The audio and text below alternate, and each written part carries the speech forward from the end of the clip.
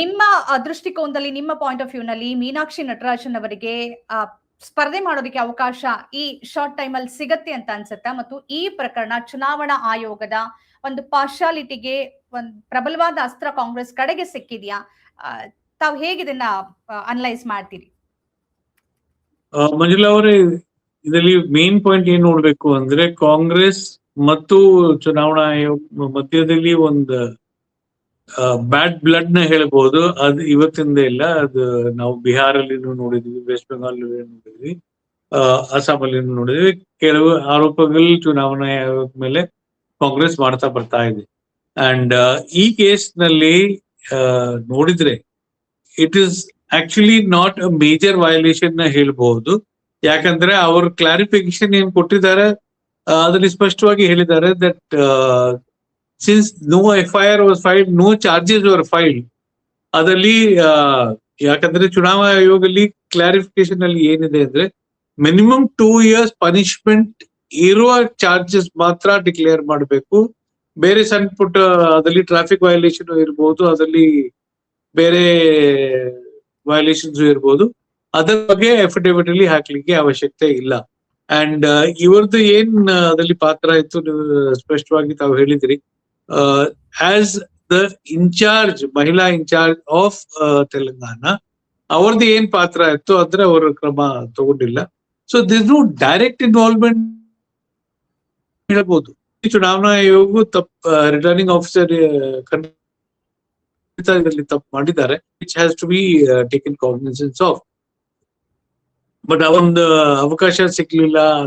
ಅದಕ್ಕಿಂತ ನಾವು ನೋಡ್ತಾ ಇದೀವಿ ಏನ್ ಅವ್ರು ದೂರ್ ಕೊಟ್ಟಿದ್ದಾರೆ, ಆ ದೂರ್ ಹೇಗ್ ಚುನಾವಣಾ ಆಯೋಗ ತಗೊಳ್ತಾರೆ. ಇನ್ ಕೇಸ್ ನಾಳೆ ಇದು ಇಶ್ಯೂ ರಿಸಾಲ್ವ್ ಆದ್ರೆ ಆಗ್ಬೋದು ನನ್ಗೆ ಅನಿಸ್ತಾ ಇದೆ. ನನಗೆ ಆಗಿಲ್ಲ ಅಂದ್ರೆ ಕೋರ್ಟ್, ಬಿಕಾಸ್ ವಿಜಯ್ ತನ್ಕಾ is very senior lawyer and very versatile in constitutional matters. ಅವ್ರ ಮೀನಾಕ್ಷಿ ನಟರಾಜನ್ ಜೊತೆ ಚುನಾವಣಾ ಆಯೋಗ ಹೋಗಿದ್ದಾರೆ. So clearly this is where the legal cell is ready. And ಅಕಸ್ಮಾತ್ ನಾಳೆ ಎಲೆಕ್ಷನ್ ಕಮಿಷನ್ ಇದನ್ನ ಒಪ್ಪಿಲ್ಲ ಅಂದ್ರೆ, ಈ ಕ್ಲಾರಿಫಿಕೇಶನ್ ಅಕ್ಸೆಪ್ಟ್ ಮಾಡಿಲ್ಲ, ಒಂದು ಅವಕಾಶ ಅವ್ರು ಕೊಟ್ಟಿಲ್ಲ ಅಂದ್ರೆ, ಖಂಡಿತ ಈ ಮ್ಯಾಟರ್ ಕೋರ್ಟ್ಗೆ ಹೋಗ್ಬೋದು. ಅಂಡ್ ಇದು ಒಂದು ಸ್ಟ್ಯಾಂಡ್ ಆಫ್ ಪಾಯಿಂಟ್ ನಾವು ನೋಡ್ತಾ ಇದ್ದೀವಿ. ಯಾಕಂದ್ರೆ ನಿನ್ನೆ ನೈಟ್ ತಾವು ನೋಡಿರ್ತೀರಿ ಹೇಗ್ ಕಾಂಗ್ರೆಸ್ ಕಾರ್ಯಕರ್ತರು ಎಲೆಕ್ಷನ್ ಕಮಿಷನ್ ಆಚೆ ಫುಲ್ ನೈಟ್ ಧರಣಿ ಮಾಡಿದ್ರು. That clearly shows that this time around Congress ಅಲ್ಲಿ ಒಂದು ಉತ್ಸಾಹ ಇದೆ, ಒಂದು ಶೋ ಆಫ್ ಸ್ಟ್ರೆಂತ್ ಅವ್ರು ಮಾಡ್ತಾ ಇದ್ದಾರೆ ಈ ವಿಷಯದಲ್ಲಿ, ಎಲೆಕ್ಷನ್ ಕಮಿಷನ್ ವಿರುದ್ಧ ಹೋರಾಟ ಮಾಡ್ಲಿಕ್ಕೆ. ಓಕೆ, ಇವೊಂದು ಅಪ್ಪರ್ ಹ್ಯಾಂಡ್ ಅಲ್ಲಿ ಕಾಂಗ್ರೆಸ್ ಮತ್ತು ಅವರ ವಾದಗಳಿದ್ರೂ ಕೂಡ, ನಾನು ಆಗ್ಲೇ ಒಂದು ಪ್ರಕರಣವನ್ನ ಪ್ರಸ್ತಾಪ ಮಾಡಿದ ಹಾಗೆ, ಚುನಾವಣಾ ವಿಚಾರದಲ್ಲಿ ತಕ್ಷಣಕ್ಕೆ ರಿಟ್ ಪಿಟಿಷನ್ ಅನ್ನ ವಿಚಾರಣೆಗೆ ತೆಗೆದುಕೊಳ್ಳೋದಕ್ಕೆ ಕೋರ್ಟ್ಗಳು ಸ್ವಲ್ಪ ಹಿಂಜರಿತವೆ. ಯಾಕೆಂದ್ರೆ ಚುನಾವಣೆ ಘೋಷಣೆ ಆದ ನಂತರದಲ್ಲಿ ಅದನ್ನ ಮತ್ತೆ ವಿಶ್ಲೇಷಣೆ ಮಾಡಿ ಸರಿ ತಪ್ಪು ವಾಯ್ಡ್ ನಲ್ ಅದನ್ನ ತೀರ್ಮಾನ ಕೊಡ್ಬೋದು. ಆದ್ರೆ ತಕ್ಷಣಕ್ಕೆ 18ನೇ ತಾರೀಕು ಇರೋದ್ರಿಂದ ನಿಮಗನ್ಸುತ್ತ ತುರ್ತು ವಿಚಾರಣೆಗೆ ಕೋರ್ಟ್ ಇದಕ್ಕೆ ಅವಕಾಶವನ್ನ ಮಾಡಿಕೊಡತ್ತೆ ಅಂತ? ತಕ್ಷಣ ಕೋರ್ಟ್ ಕಾಗ್ನಿಸೆನ್ಸ್ ತಗೊಂಡಿಲ್ಲ ಅಂದ್ರೆ, ಯಾಕಂದ್ರೆ ಈಗ ಸಮ್ಮರ್ ಬ್ರೇಕ್ಸ್ ನಡೀತಾ ಇದೆ ಸುಪ್ರೀಂ ಕೋರ್ಟ್ ಅಲ್ಲಿನು, ಕೆಲವು ಹೈಕೋರ್ಟ್ಸ್ ಅಲ್ಲಿನು. ಬಟ್ ಅಕಸ್ಮಾತ್ ತಗೊಂಡಲ್ಲ ಅಂದ್ರೆ there is always a scope for legal relief. ಇದರಲ್ಲಿ ಒಂದು ಸ್ಟೇ ತಗೋಬಹುದು, ಯಾಕಂದ್ರೆ ಸ್ಪೆಷಲ್ ಕೋರ್ಟ್ ಇರುತ್ತೆ ಅಲ್ಲಿ, ಅವ್ರ ಪಿಟಿಷನ್ ಹಾಕಿ ಒಂದು ಸ್ಟೇ ತಗೋಬಹುದು. ಸೊ ಅದರಲ್ಲಿ ಏನ್ ದೊಡ್ಡ ಅದರಲ್ಲಿ ಇಲ್ಲ. ಬಟ್ ನನ್ಗೇನ್ ಅನಿಸ್ತಾ ಇದೆ ಅಂದ್ರೆ, okay there may be returning officer ಒಂದು ಓವರ್ ರೀಚ್ ಹೇಳ್ತಾರೆ, ಉತ್ಸಾಹದಿಂದ ಅವ್ರು ರಿಜೆಕ್ಟ್ ಮಾಡಿರ್ತಾರೆ. ಇವತ್ತು ಅವರು ಕ್ಲಾರಿಫಿಕೇಶನ್ ಕೊಡ್ಬೇಕಾಗತ್ತೆ. ಬಿಕಾಸ್ ಜ್ಞಾನೇಶ್ ಕುಮಾರ್ ಅವ್ರನ್ನ ಕರೆದು ಯಾವ ಕಾರಣದಿಂದ ರಿಜೆಕ್ಟ್ ಮಾಡಿದ್ರಿ, ಯಾವ ಕಾರಣದಿಂದ ಇದು ಕ್ಲಾರಿಫಿಕೇಶನ್ ಕೇಳಲಿಲ್ಲ, ಇಲ್ಲಿದ್ರೆ ಕ್ಲಾರಿಫಿಕೇಶನ್ ಕೊಟ್ಟು ಒಂದು ಸರಿ ಮಾಡಿಸ್ಲಿಕ್ಕೆ ಅವಕಾಶ ಕೊಟ್ಟಿಲ್ಲ ಅಂದ್ರೆ, ಇಂಟರ್ನಲಿ ಆಲ್ಸೋ ಎಲೆಕ್ಷನ್ ಕಮಿಷನ್ ಇದನ್ನ ಸರಿ ಮಾಡಬಹುದು. ಅದು ಆಗಿಲ್ಲ ಅಂದ್ರೆ ಲೀಗಲ್ ರಿಲೀಫ್ ಖಂಡಿತ ಇರುತ್ತೆ. ಯಾಕಂದ್ರೆ ಈ ತರ ಕೆಲವು ಪ್ರಕರಣಗಳು ಇದಾವೆ, ಬೇರೆ ಸ್ಮಾಲ್ ಮಿಸ್ಟೇಕ್ಸ್, ಸಿಗ್ನೇಚರ್ ಮಿಸ್ಸಿಂಗ್ ಇರ್ಲಿ, ಇಲ್ಲಿದ್ರೆ ಒಂದು ಸ್ಮಾಲ್ ಮಾಹಿತಿ ಮಿಸ್ ಆಯ್ತು ಅಂದ್ರೆ, it does not befit a rejection outright, where especially ಈ ರಿಜೆಕ್ಷನ್ ಇಂದ ಒಂದು ಪರಿಣಾಮ ಬದಲಾವಣೆ ಆಗ್ಬಹುದು. That could be a very serious case. Correct. ಈಗ ಒಂದೇ ಸಮಯದಲ್ಲಿ ನಡೀತಿರುವ ಚುನಾವಣೆಯಲ್ಲಿ ಇಬ್ಬರು ಅಭ್ಯರ್ಥಿಗಳ ವಿರುದ್ಧ ಚುನಾವಣಾ ಆಯೋಗದ ರಿಟರ್ನಿಂಗ್ ಆಫೀಸರ್ಗಳು ತೆಗೆದುಕೊಂಡಿರೋ ಕ್ರಮ ಚರ್ಚೆಗೆ ಕಾರಣ ಆಗಿದೆ.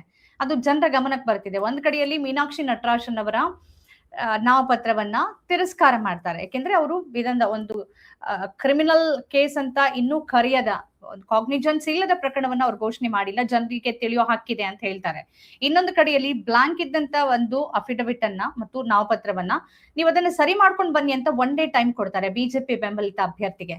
ಇದು ಸ್ಪಷ್ಟವಾಗಿ ಚುನಾವಣಾ ಆಯೋಗ ಒಂದು ಕಡೆಗೆ ನಿಂತಿದೆ ಅನ್ನೋದನ್ನ ತೋರಿಸಿಲ್ವಾ? ಕಾಂಗ್ರೆಸ್ ಏನ್ ಆರೋಪ ಮಾಡ್ತಿದೆ ಅದಕ್ಕೆ ಪೂರಕವಾಗಿ ಆಯೋಗದ ನಡೆ ಕಾಣಿಸ್ತಾ ಇದೆಯಾ? ಈ ಬಗ್ಗೆ ತಮ್ಮ ಪಾಯಿಂಟ್ ಆಫ್ ವ್ಯೂ ಏನು? ಎರಡನೇ ಅಭ್ಯರ್ಥಿ ಬಗ್ಗೆ ಜಾಸ್ತಿ ಮಾತಾಡಂಗಿಲ್ಲ, because he is one of the most powerful man ನ ಹೇಳ್ಬೋದು. ಅಂಬಾನಿ ಫ್ಯಾಮಿಲಿ ಜೊತೆ ಅವ್ರ ಸಂಬಂಧ ತುಂಬಾ ಸ್ಟ್ರಾಂಗ್ ಇದೆ. ಸೊ ಅವ್ರ ವಿರುದ್ಧ ಖಂಡಿತ ಅವ್ರಿಗೂ ಒಂದು ರಿಲೀಫ್ ಕೊಟ್ಟಿದ್ದಾರೆ. ಸರಿ ಮಾಡಿಸ್ಬನ್ನಿ ಅಂದ್ರೆ ಅವ್ರದ್ದು 4ನೇ ಟರ್ಮ್ ಇದು, 3 ಸತಿ ಅವರ MP ಆಗಿದ್ದಾರೆ. 18 years ಅವ್ರ ಮೆಂಬರ್ ಆಫ್ ಪಾರ್ಲಿಮೆಂಟ್ ಆಗಿರ್ತಾರೆ. ಬಟ್ ಈ ಡಿಸ್ಕ್ರಿಪೆನ್ಸಿ ಒಂದ್ ಕಡೆ ಒಂದು ಅಡ್ವಾಂಟೇಜ್ ಆಗ್ಬಹುದು. ಯಾಕಂದ್ರೆ ಮೀಡಿಯಾದಲ್ಲಿ ಇರ್ಲಿ, ಸೋಷಿಯಲ್ ಮೀಡಿಯಾದಲ್ಲಿ ಇರ್ಲಿ, ಈ 7 ಪ್ರಕರಣ ಬಗ್ಗೆ ಚರ್ಚೆ ಸಮಾಂತರವಾಗಿ ನಡೀತಾ ಇದೆ. So clearly you can not have 2 sets of rules for 2 different individuals belonging to 2 parties. So ಈ ಒಂದು ವಿಚಾರದಲ್ಲಿ ಎಲೆಕ್ಷನ್ ಕಮಿಷನ್ ಅಟ್ ಲೀಸ್ಟ್ ಒಂದು ನ್ಯೂಟ್ರಾಲಿಟಿ ತೋರಿಸ್ಲಿಕ್ಕೆ ಒಂದು ಅವಕಾಶ ಮೀನಾಕ್ಷಿ ನಟರಾಜನ್ ಕೊಡ್ಬೋದಂದ್ರೆ ನನ್ಗೆ ಭರವಸೆ ಇದೆ. ಓಕೆ, ಈಗ ಒಂದ್ ವೇಳೆ ಅವರಿಗೆ ಅವಕಾಶ ಸಿಗದೆ ಇರ್ಲಿ, ಕಾಂಗ್ರೆಸ್ಗೆ ರಾಜಕೀಯವಾಗಿ ಹೆಚ್ಚು ಅವಕಾಶಗಳಿದೆ ಅಂತ ಅನ್ಸುತ್ತಾ? ಅವ್ರೇನು ಅಂದ್ರೆ ಮುಖ್ಯವಾಗಿ ಅವ್ರು ಹೋರಾಟ ಮಾಡ್ಕೊಂಡ್ ಬರ್ತಿರೋದೇ ಆಯೋಗದ ವಿರುದ್ಧವಾಗಿ, ಜ್ಞಾನೇಶ್ ಕುಮಾರ್ ಅವರ ವಿರುದ್ಧವಾಗಿ. ಈ ಸಂದರ್ಭದಲ್ಲಿ ಮೀನಾಕ್ಷಿ ನಟರಾಜನ್ ಅವರಿಗೆ ಅವಕಾಶ ಸಿಕ್ಕರೆ ರಾಜ್ಯಸಭೆಯಲ್ಲಿ ಅವರಿಗಿರೋ ಸಂಖ್ಯಾಬಲದಲ್ಲಿ 1 ಸ್ಥಾನ ಅಂತೂ ಖಂಡಿತ ಸಿಗತ್ತೆ, ಅದ್ರಲ್ಲಿ ಏನು ಸೋಲಾಗೋದಿಲ್ಲ. ಇನ್ನೊಂದು ಕಡೆಯಲ್ಲಿ ಸಿಗದೆ ಇದ್ರೆ ಆಯೋಗದ ವಿರುದ್ಧ ಹೋರಾಟ ಮಾಡೋದಕ್ಕೆ ಪ್ರಬಲವಾದ ಅಸ್ತ್ರ ಕಾಂಗ್ರೆಸ್ ಕೈಗೆ ಸಿಗತ್ತಾ? ಅಸ್ತ್ರವನ್ನ ಕೊಡೋದಕ್ಕೆ ಬಿಜೆಪಿ ಆಯೋಗ ಸಿದ್ಧವಾಗಿದೆ ಅಂತ ಅನ್ಸುತ್ತಾ? ಈ ಬಗ್ಗೆ ತಮ್ಮ ಕಮೆಂಟ್ಸ್ ಏನು? ಮಂಜುಳಾ ಅವರ ಎಕ್ಸಾಕ್ಟ್ ರೈಟ್ ಕ್ವೆಶ್ಚನ್ ತಾವು ಕೇಳಿದ್ರಿ. ಇದರಲ್ಲಿ ಒಂದ್ ಇದು ಪೊಲಿಟಿಕಲ್ ಆಪರ್ಚುನಿಟಿನ ಹೇಳ್ತಾರೆ. ಒಂದು ಅವಕಾಶ ಈ ತರ ಸಿಕ್ಕಿದ್ರೆ ಒಂದು ಪಕ್ಷಕ್ಕೆ to keep the agitation on. ಯಾಕಂದ್ರೆ ಬಿಹಾರ್ ಎಲೆಕ್ಷನ್ಸ್ ಮುಂಚೆ SIR ಸ್ಟಾರ್ಟ್ ಆಗುವುದರಿಂದ ರಾಹುಲ್ ಗಾಂಧಿ ಏನ್ ಹೋರಾಟ ಚುನಾವಣಾ ಆಯೋಗ ವಿರುದ್ಧ ಬರ್ತಾ ಇದ್ದಾರೆ, ಅದಕ್ಕೆ ಇನ್ನೂ ಒಂದು ಬಲ ಸಿಗ್ಬೋದು. And it will become very clear case of ಪ್ರೆಜುಡಿಸ್ ನ ಹೇಳ್ಬೋದು. ಅವರು ಇದನ್ನ ತಗೊಂಡು ಒಂದು ರಾಜಕೀಯ ಪ್ಲಾಟ್ಫಾರ್ಮ್ ಬಿಲ್ಡ್ ಮಾಡ್ಬೋದು. ಛತ್ತೀಸ್ಗಢ ಅಲ್ಲಿ ಮಾತ್ರ ಇಲ್ಲ, ಈಗ UP ಅಲ್ಲಿನೂ ಬೇರೆ ಜಾಗದಲ್ಲಿನೂ ಈಗ SIR ಸ್ಟಾರ್ಟ್ ಆಗ್ತಾ ಇದೆ. ಸೊ ಕ್ಲಿಯರ್ಲಿ ಕಾಂಗ್ರೆಸ್ ಒಂದು ಇಶ್ಯೂ ಸಿಗತ್ತೆ ಈ ಅಜೆಂಡಾನ. ದಟ್ ಎಲೆಕ್ಷನ್ ಕಮಿಷನ್ ಬಾಯಸ್ಡ್ ಇದೆ ಅಂದ್ರೆ ಇದು ಹೇಳಲಿಕ್ಕೆ ಅವ್ರಿಗೊಂದು ಪ್ಲಾಟ್ಫಾರ್ಮ್ ಸಿಗತ್ತೆ. ಪ್ಲಸ್ ಜೀತು ಪಟ್ವಾರಿ ಅಲ್ಲಿ ಇರುವ ಅಧ್ಯಕ್ಷ ಬಗ್ಗೆ ನೋಡಿದ್ರೆ ಅವ್ರು ನಿನ್ನೆಯಿಂದ ಹೇಗ್ ಒಂದು ಹೋರಾಟನ ಡೆವಲಪ್ ಮಾಡಿದ್ದಾರೆ. ಯಾಕಂದ್ರೆ ಅವ್ರಿಗೊಂದು ಅವಕಾಶ ಬೇಕಿತ್ತು to be able to continue and rise in the political platform. So ಅವ್ರ ನಿನ್ನೆಯಿಂದ ಯಾವ ತರ ಅವ್ರ ತಂಡ ಏನ್ ಪ್ರೊಟೆಸ್ಟ್ ಎಲ್ಲ ತೋರಿಸಿದ್ದಾರೆ, ಐ ಥಿಂಕ್ ಸೊ ಒಂದು ಆಪರ್ಚುನಿಟಿ ಅವ್ರಿಗೆ ಸಿಗುತ್ತೆ to attack BJP through election commission ನ ಹೇಳ್ಬೋದು ಇದರಲ್ಲಿ. So clearly it's a win for Congress in any case ನ ಹೇಳ್ಬೋದು. ಯಾಕಂದ್ರೆ ಎಕ್ಸೆಪ್ಟ್ ಆಯ್ತು ಅಂದ್ರೆ ಗೆಲುವುನೇ, ರಿಜೆಕ್ಷನ್ ಆಯ್ತು ಅಂದ್ರೆ ಹಾಗೂ ಒಂದು ಪೊಲಿಟಿಕಲ್ ಬೋನಸ್ ಪಾಯಿಂಟ್ ಇರ್ಬೋದು. ಡೆಫಿನೆಟ್ಲಿ. ಜೊತೆಗೆ ಜ್ಞಾನೇಶ್ ಕುಮಾರ್ ಅವರು ಇವತ್ತು ಅವಕಾಶ ಮಾಡಿಕೊಟ್ಟಿದ್ದಾರೆ. ಸಾಮಾನ್ಯವಾಗಿ ಅವರು ಯಾವುದಕ್ಕೂ ಕೇರ್ ಮಾಡ್ತಿರ್ಲಿಲ್ಲ, ಅವರು ಒಂದು ಭೇಟಿಗೂ ಕೂಡ ಅವಕಾಶವನ್ನ ಕೊಡ್ತಿರ್ಲಿಲ್ಲ. SIR ವಿಚಾರದಲ್ಲಿ ಕಾಂಗ್ರೆಸ್, ತೃಣಮೂಲ ಕಾಂಗ್ರೆಸ್ ಇವೆಲ್ಲ ಮತ್ತು RJD ಎಲ್ಲ ಅನುಭವಿಸಿದಾವೆ. ಆದ್ರೆ ಇವತ್ತು ತುರ್ತು ಭೇಟಿಗೆ ಅವಕಾಶವನ್ನ ಮಾಡಿಕೊಟ್ಟಿದ್ದಾರೆ, ಆಲಿಸಿದ್ದಾರೆ, ತನಿಖೆ ನಡೆಸ್ತೀವಿ ಅಂತ ಭರವಸೆ ಕೊಟ್ಟಿದ್ದಾರೆ. ಅಂದ್ರೆ ಇದರಿಂದ ಆಗಬಹುದಾದ ಅಪಾಯವನ್ನ ಮೊದಲೇ ಅರ್ಥ ಮಾಡ್ಕೊಂಡಿದೆ ಚುನಾವಣಾ ಆಯೋಗ ಅಂತಾನೆ ಅನ್ಸುತ್ತೆ. ಸಾಮಾನ್ಯವಾಗಿ ಪೀಪಲ್ಸ್ ರೆಪ್ರೆಸೆಂಟೇಷನ್ ಆಕ್ಟ್ ಏನಿದೆ ಅದರ ಅಡಿಯಲ್ಲಿ ಸೆಕ್ಷನ್ 34 ಅಡಿಯಲ್ಲಿ ರಿಟರ್ನಿಂಗ್ ಆಫೀಸರ್ ಯಾವುದೇ ವ್ಯಕ್ತಿಯ ಅಂದ್ರೆ ಅಭ್ಯರ್ಥಿಯ ನಾಮಪತ್ರವನ್ನ ತಿರಸ್ಕಾರ ಮಾಡೋದಕ್ಕೆ ಅವಕಾಶ ಇರುತ್ತೆ. ಅದ್ರ ಕೆಲವು ಸಂದರ್ಭಗಳಲ್ಲಿ ಅವ್ರೇನಾದ್ರೂ ಸರಿಯಾದ ಮಾಹಿತಿಯನ್ನ ಕೊಡದೇ ಇದ್ರೆ, ಜನರಿಗೆ ಮಾಹಿತಿಯನ್ನ ಮುಚ್ಚಿಟ್ಟಿದ್ರೆ, ಆಸ್ತಿ ವಿವರವನ್ನ ತಪ್ಪಾಗಿ ಕೊಟ್ಟಿದ್ರೆ, ಮುಚ್ಚಿಟ್ಟಿದ್ರೆ, ಇಂಥ ಸಂದರ್ಭದಲ್ಲಿ ಅವರು ಇದನ್ನ ತಿರಸ್ಕಾರ ಮಾಡ್ಬೋದು. ಆದ್ರೆ ಅದೇ ಸೆಕ್ಷನ್ ಏನ್ ಹೇಳತ್ತೆ ಅಂತಂದ್ರೆ ಯಾವುದೋ ಸಣ್ಣ ಪುಟ್ಟ ವಿಚಾರಗಳಿಗಾಗಿ ನಾಮಪತ್ರವನ್ನ ತಿರಸ್ಕಾರ ಮಾಡೋ ಹಾಗಿಲ್ಲ ಅಂತ. ಮೀನಾಕ್ಷಿ ನಟರಾಜನ್ ಅವರ ಈ ಪ್ರಕರಣ ಸಂಪೂರ್ಣವಾಗಿ ಅಂದ್ರೆ ರಿಟರ್ನಿಂಗ್ ಆಫೀಸರ್ ತಪ್ಪಾಗಿ ಅದನ್ನ ಕ್ರಿಮಿನಲ್ ಪೆಂಡಿಂಗ್ ಕೇಸ್ ಅಂತ ಅರ್ಥ ಮಾಡ್ಕೊಂಡಿದ್ದಾರೆ ಅಂತೂ ಇಲ್ಲಿ ಸ್ಪಷ್ಟವಾಗಿ ತಿಳಿತಾ ಇದೆ. ಅವರು 4ನೇ ಆರೋಪಿ ಆಗಿದ್ದಾರೆ. ಇನ್ನೂ ಕೂಡ ಮ್ಯಾಜಿಸ್ಟ್ರೇಟ್ ಕಾಗ್ನಿಜೆನ್ಸ್ ತೆಗೆದುಕೊಳ್ಳದ ಪ್ರಕರಣದಲ್ಲಿ FIR ಆಗದ ಪ್ರಕರಣದಲ್ಲಿ ಅದನ್ನ ಫಾರ್ಮಲ್ ಕ್ರಿಮಿನಲ್ ಕೇಸ್ ಅಂತ ಪರಿಗಣಿಸೋದಕ್ಕೆ ಸಾಧ್ಯ ಇಲ್ಲ. ಹಾಗಾಗಿ ಇಲ್ಲಿ ಅವರು ತಪ್ಪು ಮಾಡಿದ್ದಾರೆ ಅಂತ ಅನ್ಸುತ್ತೆ. ಈ ತಪ್ಪನ್ನ ಆಯೋಗ ಸರಿಪಡಿಸ್ಕೊಂಡು ಮೀನಾಕ್ಷಿ ನಟರಾಜನ್ ಅವರಿಗೆ ಸ್ಪರ್ಧೆಯನ್ನ ಮಾಡೋದಕ್ಕೆ ಅವಕಾಶವನ್ನ ಮಾಡಿಕೊಡತ್ತಾ ಇಲ್ವಾ ಅನ್ನೋದು ಗೊತ್ತಿಲ್ಲ. ಆದ್ರೆ ಚುನಾವಣಾ ಆಯೋಗಕ್ಕೆ ಅವಕಾಶ ಇದೆ.